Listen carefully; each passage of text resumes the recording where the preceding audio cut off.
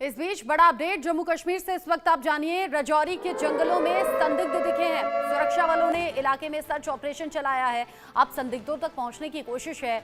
जम्मू कश्मीर में अलग अलग हिस्सों में एंटी टेरर ऑपरेशन पहले से जारी हैं और पहलगाम में हुई आतंकी घटना के बाद से सुरक्षा बल और ज्यादा मुस्तैदी के साथ यहां वहां नजर बनाए हुए हैं। और अब राजौरी से खबर ये कि जंगलों में कुछ संदिग्धों को देखा गया। इससे पहले भी जब संदिग्धों को देखा गया है जंगलों में तो इस तरह के सर्च ऑपरेशंस चले हैं। और अब जंगलों में संदिग्धों का होना मतलब ये लोकल सपोर्ट के बगैर हो नहीं सकता और इसीलिए लोकल सपोर्ट के खिलाफ भी यानी कि वो जो ओवरग्राउंड वर्कर्स हैं जो आतंकियों तक मदद पहुंचाते हैं अब उन्हें भी ढूंढा जा रहा है, पकड़ा जा रहा है। कई तो ऐसे भी हैं जिनके घर भी नस्तनाबूद किए गए हैं क्योंकि आतंक का साथ दिया है। मेरे सीनियर कुलीग अजय जांडियाल जुड़ गए हैं इस खबर को लेकर ज्यादा अपडेट के साथ। अजय, राजौरी में संदिग्ध दिखे हैं, कितने की संख्या में हैं और कब देखे गए, कौन ये हो सकते हैं?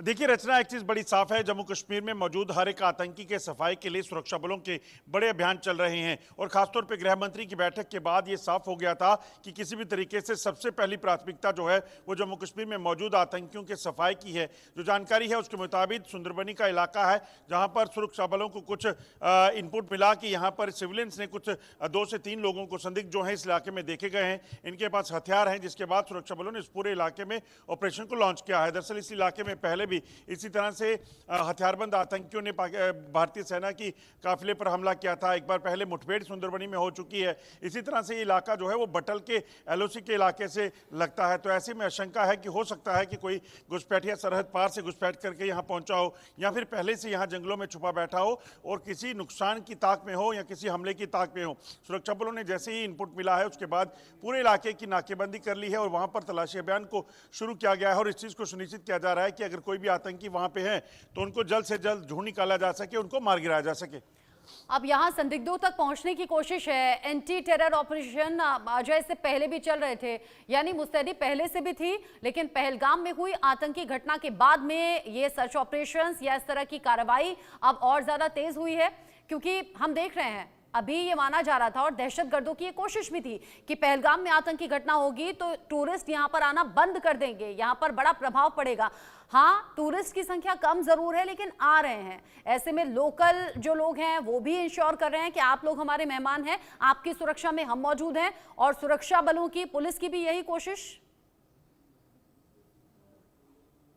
देखिए एक चीज़ बड़ी साफ है रचना कि जम्मू कश्मीर में अगर देखें, इतिहास देखें तो कई बार पाकिस्तान की तरफ से यहाँ लहूलुहान करने की कोशिश की गई। सैलानियों को निशाना बनाया गया, अमरनाथ यात्रा को निशाना बनाया गया, वैष्णो देवी यात्रा को बनाया गया, मगर लोगों का जो हौसला है वो टूटा नहीं और लोग लगातार यहाँ पे आते रहे।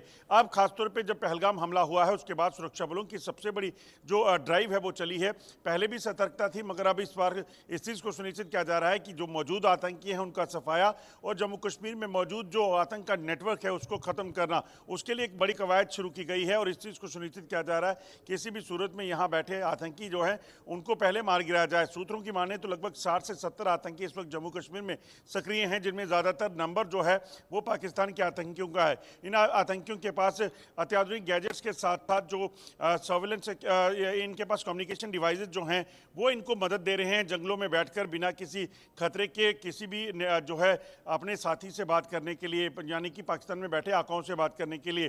तो ऐसे में उन आतंकियों को ट्रेस करने में दिक्कतें जरूर हैं मगर सुरक्षा बल इस चीज़ को सुनिश्चित कर रहे हैं कि जल्द से जल्द इन तक पहुंचा जा सके। अब यहां सुरक्षा बलों की अलग तरह से कोशिश है, संदिग्धों तक पहुंचे जाने की कोशिश है। अजय, हालांकि वहां के एरियाज को आप ज्यादा बेहतर तरीके से समझते हैं। पहलगाम में हुई आतंकी घटना के बाद आतंकियों का कुछ पता नहीं चल पाया, यहां वहां जाकर छिप गए हैं, कौन सा बिल है, कौन सा ठिकाना है और कैसे उन तक सपोर्ट पहुंचा, ये सब कुछ जांच का विषय है।